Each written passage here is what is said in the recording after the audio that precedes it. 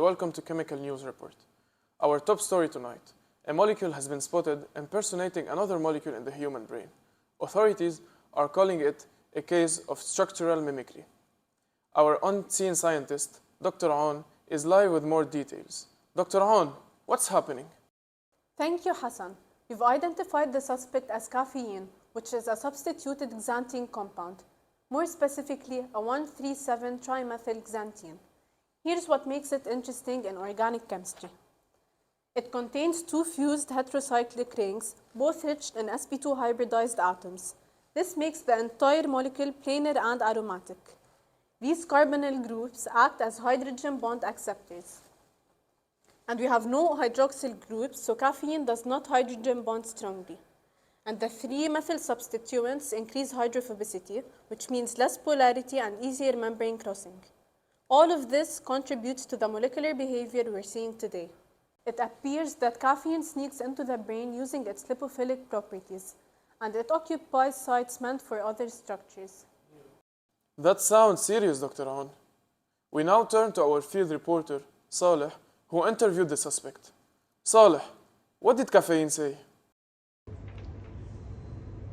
Thanks, Hassan. Yes, I did interview the suspect, Caffeine. He looked me straight in the eyes and said, "I block adenosine for fun."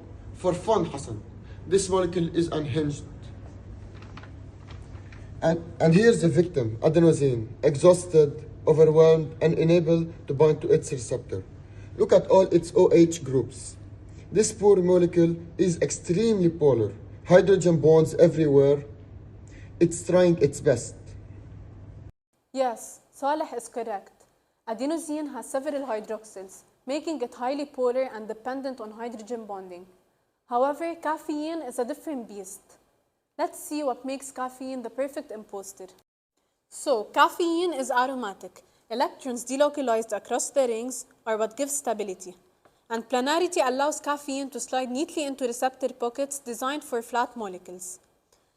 Adenosine now has hydrogen bondings that are strong, while caffeine, for its intermolecular forces, it has dipole-dipole and dispersion forces, which are weaker but enough for receptor interaction.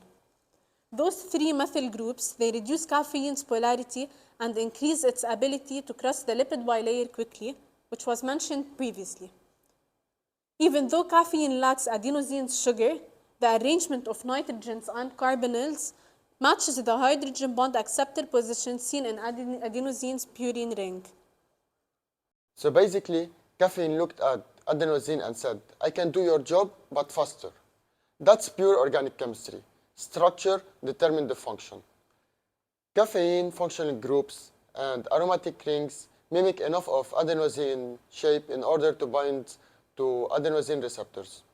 To summarize, aromaticity, hybridization, resonance, polarity, and functional groups all play a role in why caffeine can impersonate adenosine.